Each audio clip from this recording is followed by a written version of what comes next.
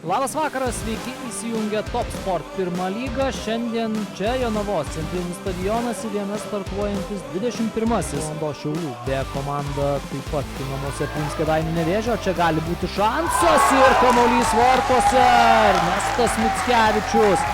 Toliau nestabdo puolėjas, 14-asis jo įvartis šiame Top Sport pirmos lygos sezone ir stiprių smūgių į artimą kampą dabar nugintis kamuolį paveja.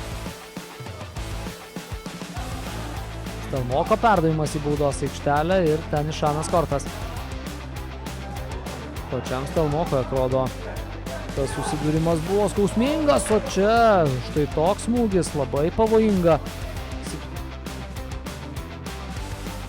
Nors iš tikrųjų daug stabdymų nebuvo. Čia dar vienas tolimas smūgis ir nuo virpsto atšoka.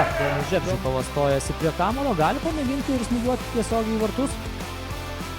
Ta Žebžikovas ir daro, galingas smūgis, bet šioje komandoje įvyko. Traorė dabar nusineša kamuolį su savimi. Čia Stelmokas, nuošalės atrodo nėra, smūgis į vartus ir visai šalia vartų yra visai nebloga. Čia, oi,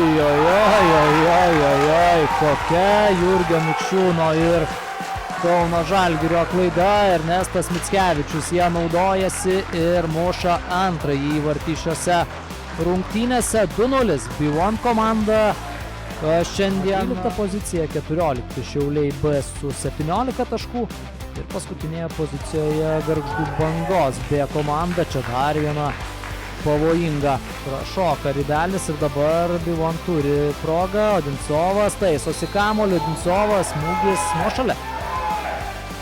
Aidas Ribelis atlieka perdavimą arčiau vartų, bet ten Kortas.